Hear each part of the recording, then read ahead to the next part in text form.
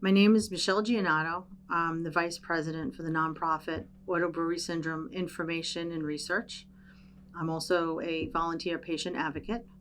We have about 800 members in our support group that we are trying to help with this medical condition. And I'd like to back up a little bit and give you some history on how I got involved in this medical condition. Back in 2013, I met my husband, Danny. And we dated for about a year and a half, and we got engaged. And one of the things he talked about is he wanted to fix his nose. He had broken his nose a few times. He had a deviated septum, and he decided he was going to go for surgery and get his nose fixed because he didn't want the wedding photos to look silly with his crooked nose. So in September of 2015, we went to see a surgeon, and they performed the surgery. And the risk with all surgeries is infection. And unfortunately, he got a post-op infection. He was in a lot of pain. And when the doctors did a CAT scan of his head, they found that he had a really bad sinus infection. And they admitted him to the hospital under observation for 24 hours with a IV antibiotic. And he left with a 14-day supply of an oral antibiotic. And he never really recovered. He wasn't the same man. There was so many changes in his demeanor, his behavior, and things just escalated. He was a type 2 diabetic, and his diabetes, his blood sugar became uncontrolled. Very high highs, very low lows, and before he never had a problem with his glucose levels. And he also had slurred speech, especially at night. He couldn't walk. He was constantly sleeping. He was having memory lapses. And I started becoming really concerned. So for a few months, I kept telling his doctors, he's just not recovering. There's something wrong. What happened during his surgery? And with our follow-up appointments, they said, you look terrible, but we don't find anything wrong with you. They ran blood work, and nothing came up out of the ordinary. About 3 months later, he was laying in bed. He was unable to get out of bed for days, and I was afraid to leave the house because he just wasn't right. It's not normal to sleep 3 straight days. And I was in another room, and I heard him coughing, and it wasn't the same cough. I ran in the bedroom, and I found that he was having a full-blown seizure, and he was choking on his own vomit. I ran to the bed, I turned him over, and I dialed 911, and the ambulances came and they rushed him to the hospital. And I, at this point, had so much medical documentation, blood tests and CAT scans and EKGs from all the follow-up visits from the time he had his surgery up until that point. I just handed all the documentation to doctors, and I said, please find out what's wrong with him. This is not normal. He was in ICU for about a week, and regardless of what tests they ran, they couldn't figure out what was wrong with him. They did mention to me that he was in alcohol withdrawal, and I had asked the doctors, how can someone be in alcohol withdrawal if they don't drink? He was with me in bed 3 days, didn't get out of bed. I had to walk him to the table to eat. There was no alcohol consumption. How can this be? And every doctor under the sun walked in, and from infectious disease to, there were just so many doctors, and no one could figure out what was wrong with him. Eventually, he was released from the hospital. But his illness continued for another 12 months. And he was hospitalized every 3 weeks for a week. Same things: seizures, uncontrolled blood sugar, slurring his speech, falling, and regardless how many times he was hospitalized, every blood test came back negative. They could not figure out what was wrong with him. But I started to notice a pattern. He looked as if he had been drinking. And this confused me because I was really watching him closely to try to figure out what was going on. Why was he displaying all these neurological symptoms, but he wasn't drinking? And I kept saying to his doctors, but he looks like he's drunk.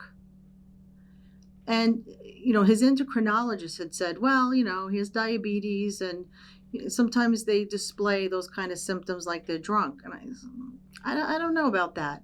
I've made a few phone calls to people who are diabetics. And I said, does this happen to you? And they said, no, not at all.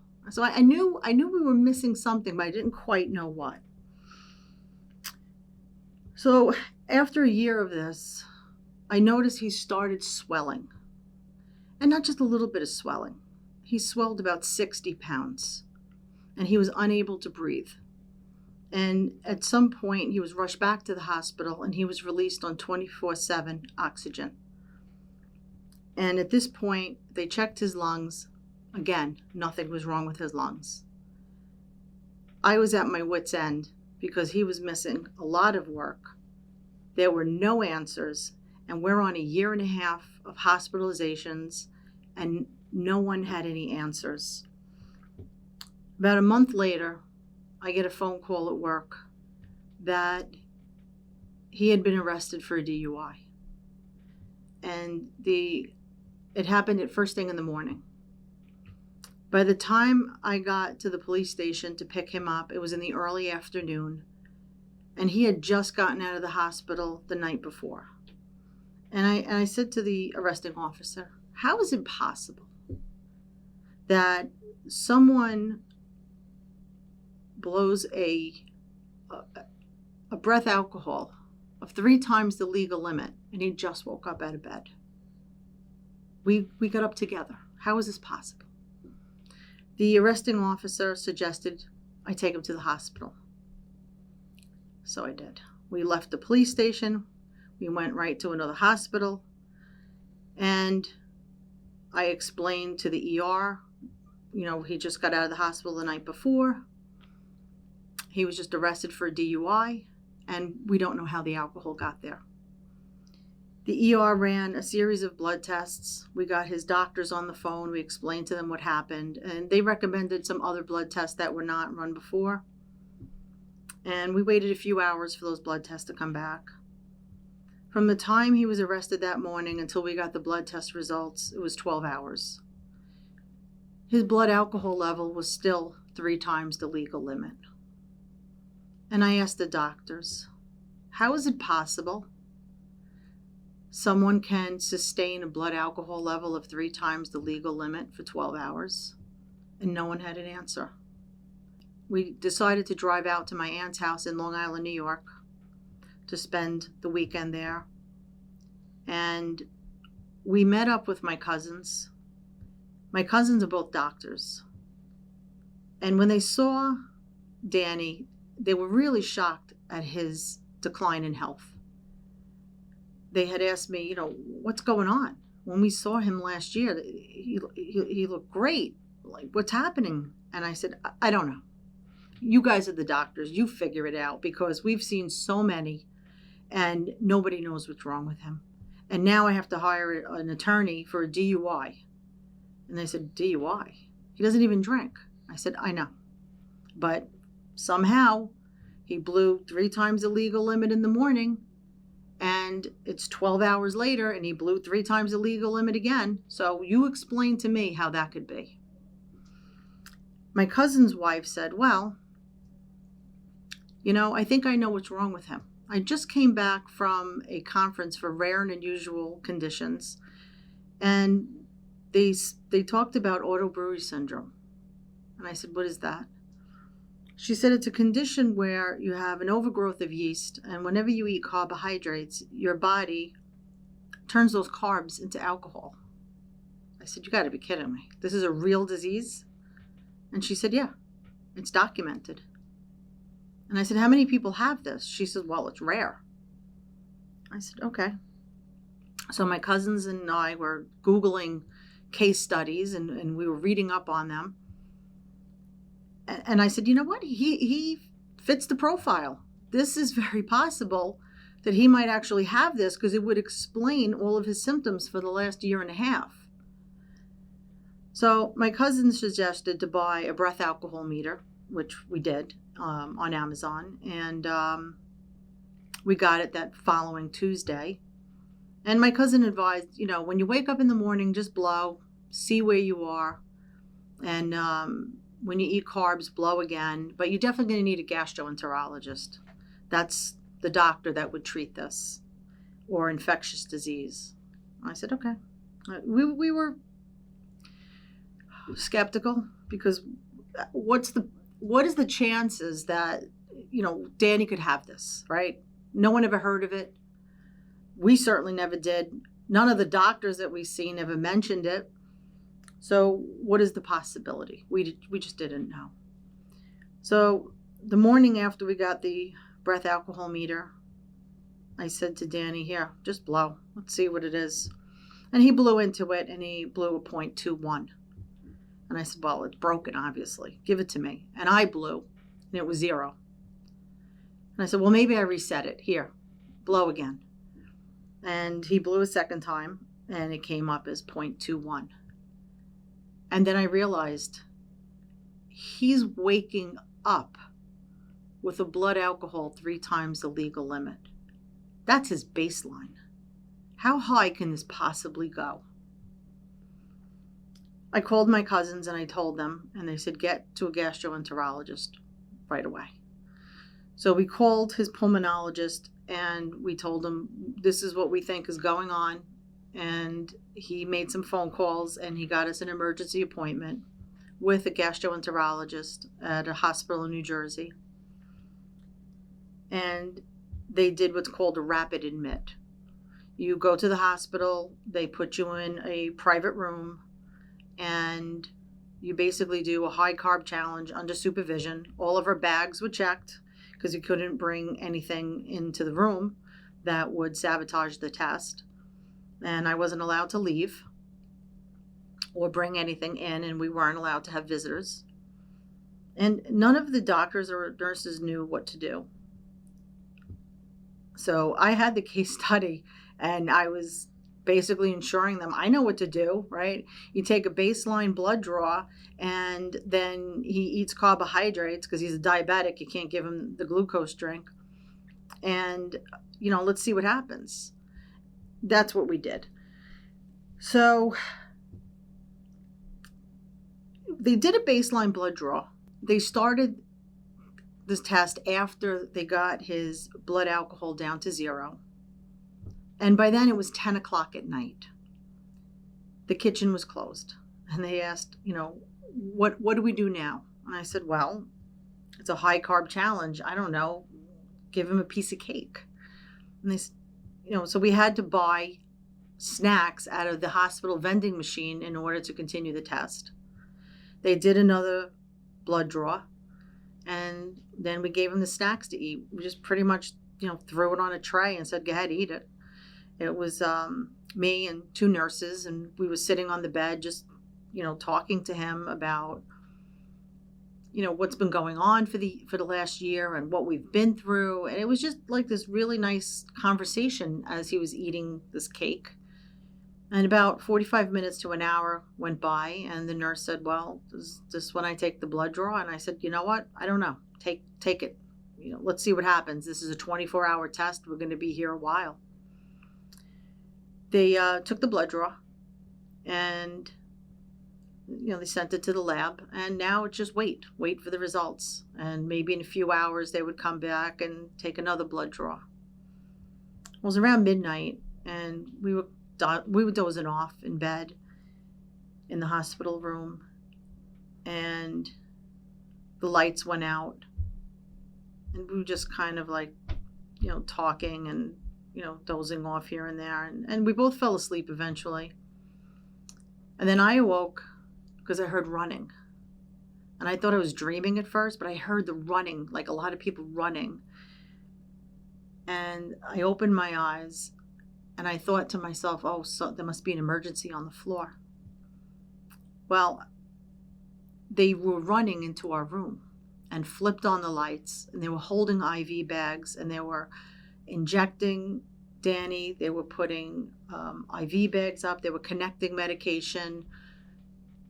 They were doing all kinds of crazy things. And I said, wait, what's going on? What is happening? And one of the doctors said, how long has this been going on? And I said, how long has what been going on? And she said, this medical condition. And Danny said, about a year, maybe more. And they ran out of the room. And I'm looking at Danny, and we're bewildered. What is going on? One of the nurses runs back in with another IV bag. And she said, you guys have everyone freaked out. I said, why? She says, his blood alcohol is really high. I said, but it's only been an hour. He only ate one piece of cake. She said, it's high. She said, this is really bad. I said, okay. And, I looked at Danny and I said, I think we got a diagnosis. And it was such a relief, because all these months trying to figure out what was wrong, and we have an answer. And we were so hopeful that he was going to get well. Well, they decided to stop the test. The hospital tried really hard after we left to reverse this condition. He was on 83 days of fluconazole, and they called the National Institute of Health, but no one at the time had enough information about this condition. They just didn't know how to treat it. He was still making alcohol. No one knew how to control it. And there was a point where his blood alcohol would stay at 0.33 for days, and he just couldn't function. And I said, I need to find someone that could help. The hospital tried the best they could, but there just wasn't enough information. So I made a list of every hospital in the United States, starting with the big name hospitals, and I just called 10 a day, every day. And I called over 108 hospitals in the United States, begging for help. And no one ever heard of it. No one ever treated it. And no one wanted this case. As time went on, I was scared to death that he was going to die.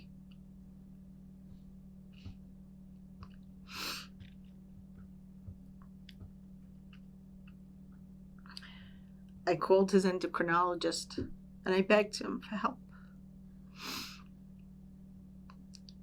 He said, call me back in 4 hours. And I thought, I'm making phone calls for 4 months. What's another 4 hours?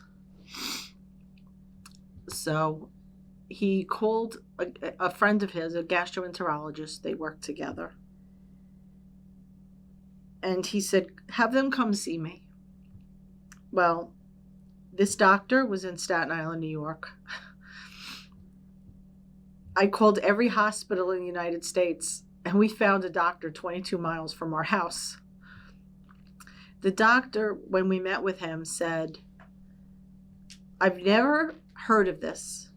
I've never had a case, but I'm willing to try, and I'm not going to give up. And I thought, this is hopeless. There's no way that this doctor's going to stay on board, because we've had such bad luck up until this point. Our wedding was 4 months away, and I told the gastroenterologist, we're getting married in 4 months. Should we cancel the wedding? He said, no. Leave everything the way it is. I'm going to get to the bottom of this. I said, okay.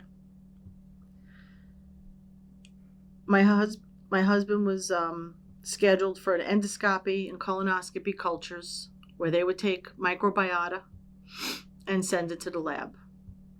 And in the meanwhile, we just waited. It takes anywhere from 1 to 4 weeks for something to grow in the lab. And while we waited, every week he was rushed to the hospital. But it was a little bit more complicated because we weren't going to local hospitals. I was driving him to the hospital in Staten Island where he would be admitted for pancreatitis and high blood sugar and low blood sugar. It was just insane. While he was in the hospital, they found that he had 3 fermenting yeast cultures and 2 fermenting bacteria. And they also found with the sensitivity test that the medications he was given prior would have never killed these strains.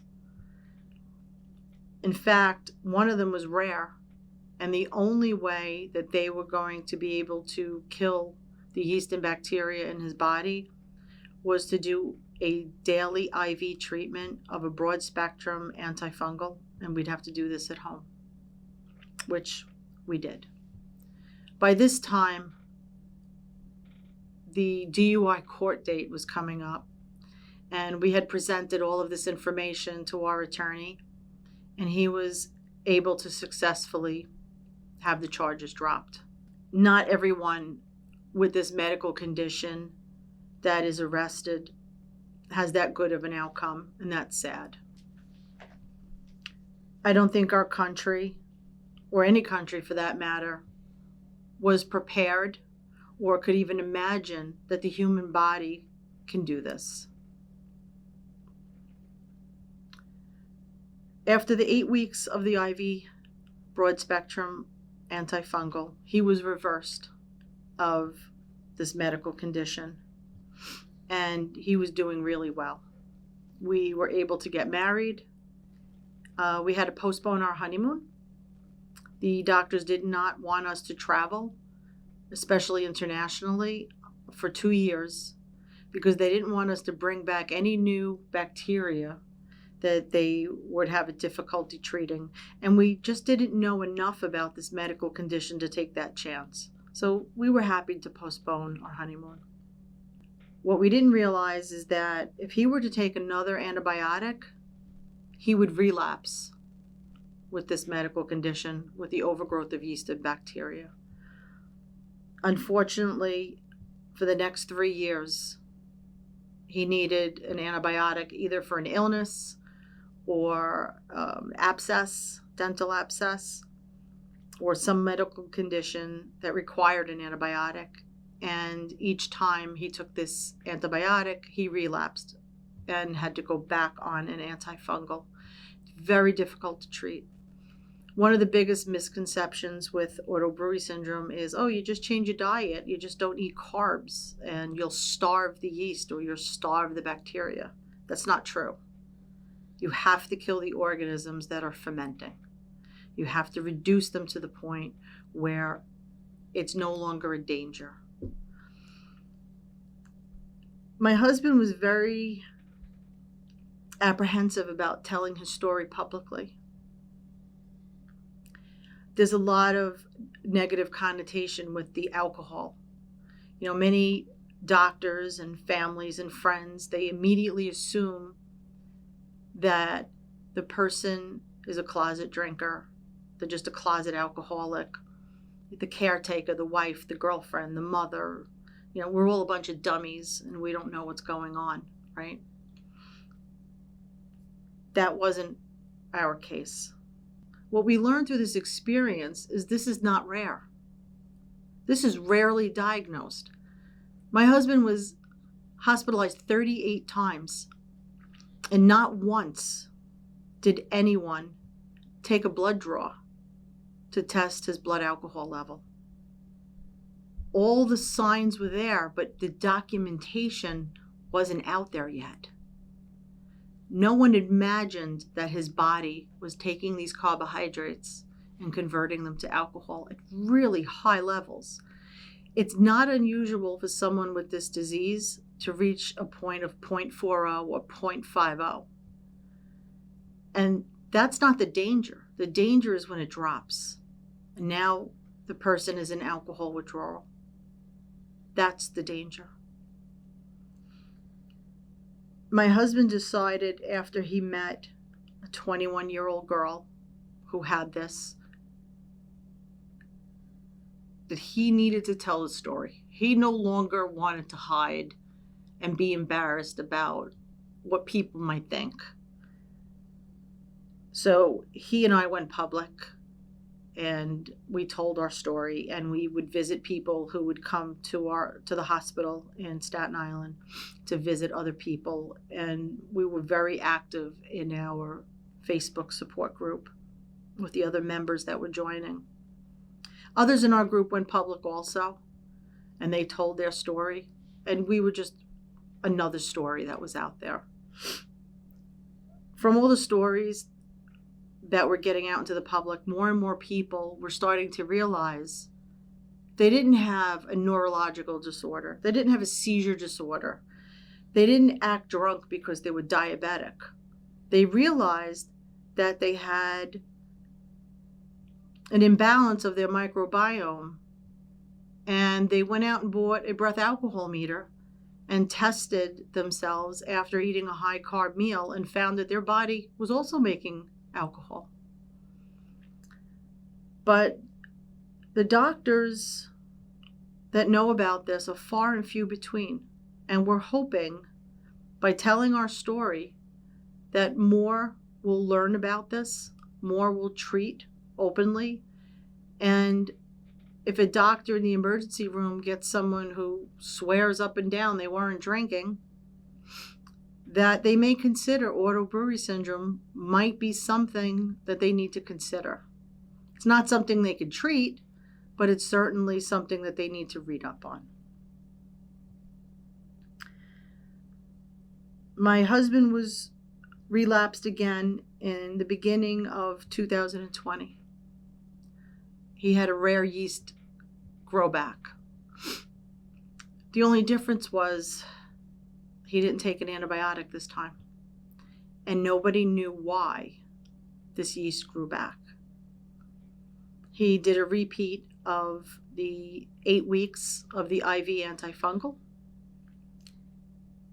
and it didn't work.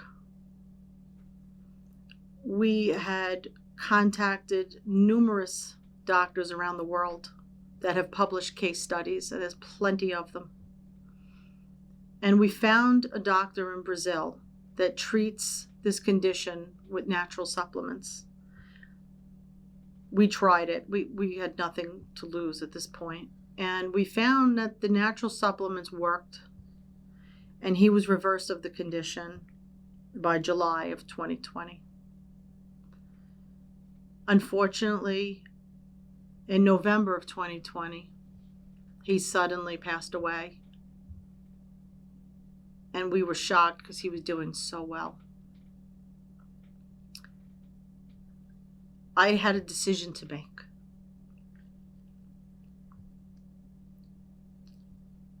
Do I stay and help others? Or do I walk away from this chapter in my life and just close the door and move on? And I thought about all the years of suffering, his suffering, all the doctor visits, all the misdiagnoses, all the medication. And our group was growing by leaps and bounds. We had close to 500 people in the group.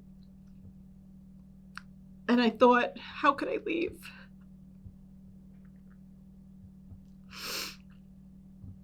I don't want anyone else to die. Children have this. There are people who are in wheelchairs that can't even cook for themselves that have this. And I didn't want to leave anyone behind. And I don't think my husband would want me to leave anyone behind. Barbara Cordell had called me and asked me, while my husband was still alive, if we would be interviewed for her book. It's called My Gut Makes Alcohol. It's one of the first books that's out there about this medical condition, and we were happy to do it. And I was even happier when she had asked me to become part of the nonprofit for this medical condition. I just hope that this video brings awareness to this medical condition. It brings a new perspective on what the human body can do and how dangerous alcohol is to the body. Not just in consumption, but with an overgrowth of yeast and bacteria. This medical condition is real. And it's not rare. It's rarely diagnosed.